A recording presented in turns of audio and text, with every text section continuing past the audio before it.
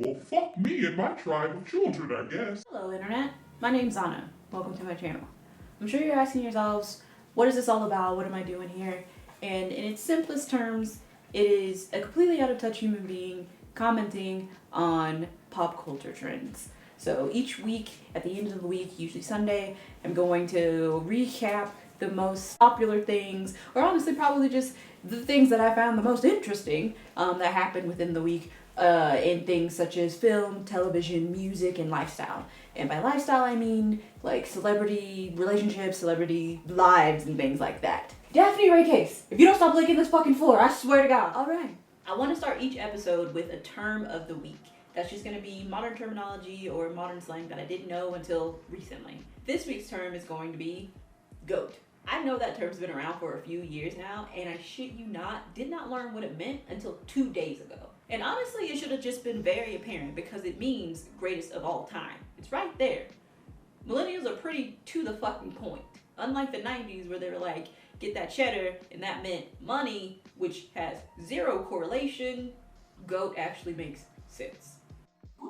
I want to start off talking about lifestyles, and quite frankly, like this particular part of pop culture is something I find the most mind-numbing because I'm not invested in celebrities' lives, them like breaking up with people, them like getting in relationships or whatever. I genuinely don't give a crap. Like I just don't. But a lot of the world does, and if you want to be in the know, you gotta know what the people are looking for, my bro.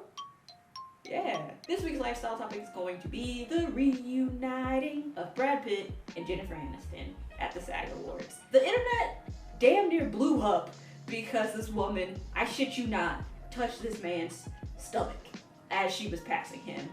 And because he is currently going through a divorce, there's a lot of speculation of like, was it more than friendly or was it just a friendly touch? Like not only was it like tabloids commenting on this, but like full on fucking celebrities were like, yeah dude, they're totally in love with each other still. Oh my god, I stan. OMG, I'm about it. I ship them in real life. IRL, terms because like I just learned them. I'm excited. Can you imagine being Angelina Jolie, watching the SAG Awards, which I honestly can't imagine that woman actually watches the SAG Awards or any award show really. She's just too cool. She's too cool for it, man. Enjoying it, goes on the internet, is then scrolling like most of us do, like during commercials, and she just gets like a huge fucking Twitter feed of people being like, oh my god, they're back together, blah blah blah. I bet she's like, well fuck me and my tribe of children, I guess. Divorce isn't even final, and just moving on to the next, y'all. If we're going to speculate on it, I don't think it's going to end up being something romantic again because my god, the history there is just too fucking much. Hey man, if it didn't work before, it's probably not going to work now. And I'm not saying that people that already have kids can't have relationships outside of the people that they had those children with. All I'm saying is, for anybody, including Brad Pitt, even though he's been Sexiest Man of the Year, I think multiple times, 6 children is a hard sell for anyone. Like, no matter who you are, 6 kids is a lot. That's lifestyles, y'all. Jen Aniston, Brad Pitt, hard eyes, motherfucker. Next topic we're gonna get into is going to be movies. I would like to say mixed feelings, but I think my feelings are pretty resolute in being negative. Paramount and Tina Fey are bringing us a live action film adaptation of Mean Girls the musical, which is an adaptation of the 2004 film Mean Girls.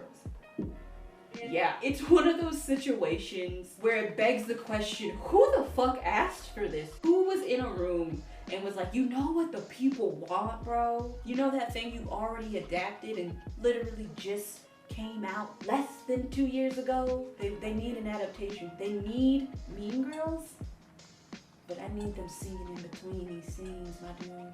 Giving the people what they want. Just because you can doesn't mean you should. And I think a huge example of that is Cats. Like, not one single person on this planet was like, damn, I really need to see Cats on film, but like, animated but not animated. You know what I'm talking about? You know that shit I'm talking about. No one, not one person. Not to say that like Broadway shows can't be successfully adapted to film, because we've seen it done. You have Grease, you have West Side Story, you have Chicago, you have Hairspray, for like more recent examples. I think you're like running a really high risk of it being very unsuccessful, because I think what actually happened in that pitch room is that somebody was like, Dog, it's been like 15 years. We should remake Mean Girls. It's still incredibly popular with people like of all ages. So I think people are gonna be about it. And then somebody was smart enough to be like, nobody's going to be happy about you remaking Mean Girls. That movie is a classic to this generation, so no one, not one person, is going to be happy about that. Probably not. And then they were like, well shit, we still gotta make that money. I got it. We will adapt the adaptation of Mean Girls. So we're not remaking Mean Girls, we're just filming Mean Girls the musical. Yeah! So I know they're still gonna make money off of it, like 100%, because the Broadway show, I'm not saying it's bad or anything like that. I know that it's really popular, like a lot of people really like it, and I'm about it. Like, that's dope, dude. Like, just let it be on Broadway for a bit, bro. We'll see what happens. Once it releases, I might do like a review on it. Just because like I brought it up, and like I can't just not say, like, give my opinion on the fucking movie. So when it comes out, let's do it. Let's do the damn thing. Ooh, next topic is television. We learned months ago during D23 Expo that the Obi-Wan Star Wars TV show, it was going to be filmed and debuted on Disney Plus, on their streaming platform. Recently, they have announced that production is at a halt indefinitely. Like, they're currently on hold for doing this show, which was previously greenlit and already had all of the episodes written out, and they just needed to be filmed. There's a lot of speculation as to what could have caused the decision and why they're having to like basically scrap the concept of the show and then they're like trying to look for new writers in order to help with the direction of where it's going, because the lead writer on the show, Hassan Amini, has either left or been asked to leave. It isn't very clear exactly what happened, but he's no longer a part of the show, and the scripts that he originally presented and that they greenlit have been scrapped. I can't think of a more fuck you from a production team than being like, yo dog, that script is fire. That's just gonna be hype. We're about to make so much money, my bro. Like, think like Baby Yoda, but like baby Luke Skywalker, my dude. That shit is about to be lit. It's just funny to me that somebody was like hyping this man up and super invested and stoked about the idea, and then so easy it was just like, nope, this isn't it. That's not it, my dude. As of right now, there are different sources saying that it's indefinite of when it's going to be picked back up, or if they're even going to continue with trying to shoot it. Ewan McGregor said that it's actually slated to start filming again in 2021. So I'm not sure exactly what they're going to end up doing or how the story's going to change. If it's still going to sit around Obi-Wan Kenobi kind of guiding Luke and Leia as they're growing up, or if it's going to be a completely different concept. We just have to wait and see as it unfolds. I think they're being smarter about it by waiting. Like, they're like, you know what, we're not gonna just kind of push forward even though we're not 100% about the material. We're gonna like pause and make sure that this is actually where it needs to be, so that it's on the same level as like The Mandalorian, because a lot of people love that show and that one hasn't had as many complications as the other Star Wars movies or shows in the past. Last topic we're gonna get into today, guys, is going to be music. And no, unfortunately, Rihanna has not yet dropped that new album, my bros. One day, y'all. But no, we are gearing up for the Grammys. And the one thing that I want to talk about from the Grammys right now is going to be the nominees for Best Artist of the Year. I think a lot of the people that have been nominated are actually really deserving of this. So I'm excited to see who actually ends up getting it. The Grammys are actually like taking place and like being filmed as I'm recording this and editing this. So you'll already know the answer to this by the time you watch this, most likely.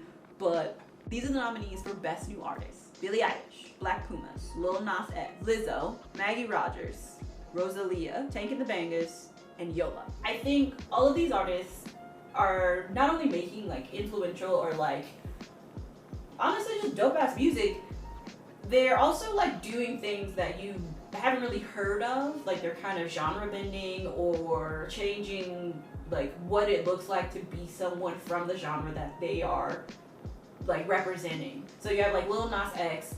Boy is a openly gay black country rap artist. I don't think anybody else can claim that. He is out there making a name for himself, doing incredibly well in a genre that honestly I think it would have been hard for him to be in just being like a black guy, but like being a black guy that raps, being a black guy that raps that is also hella gay. Damn. I'm not saying that means he deserves Best New Artist, because it's about his work ultimately. So like the music that he's making, and I was like, yeah, his music, it's alright. I'm not a huge fan of his music, but I appreciate the doors he's opening or like the representation he's giving to young kids that like maybe they wanted to do X, Y, and Z in the country genre or be like a rapper or whatever and felt like they couldn't because of whatever it was that was holding them back, that he's able to be like, look, if I can do it, you can do it too. You have other people like Rosalia, where she has like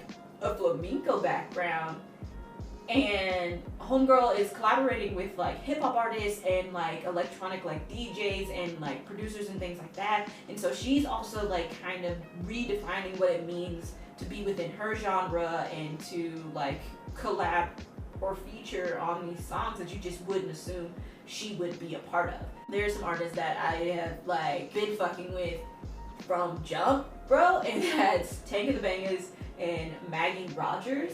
Tank and the Bangas, like they're funk and like hip hop, and like they're also like spoken word. It's so dope. Like if you get the chance, go listen to Quick right now. It's amazing. I'm about it. Big fan. Maggie Rogers, Falling Water in Alaska. Alaska was like her big like breakout song. Both of those songs, love them so much. The majority of that album I vibe with, bro. I'm about it. Then you have like other artists that aren't hugely known, but they are kind of bringing back genres of music that isn't talked about as much in the mainstream. So you have like Yola and you have Black Pumas. Black Pumas has like a kind of, it has like a Latin funk kind of vibe to it, and it's actually pretty cool. It feels like you're being transported to a whole nother time, like a whole nother place in time. Like it isn't modern, but it's also progressive at the same time. It's awesome. And then you have Yola, and she is kind of holding down the soul category and like that genre is usually going to be people of like a past generation. Yet like Yola is straight up just like soul, like back in the day soul. So I appreciate like it's kind of like those two artists are kind of like a nod to yesteryear. Yeah, said that. Like past genres that may have not been at the forefront for the past few years and are kind of making a comeback in their own right.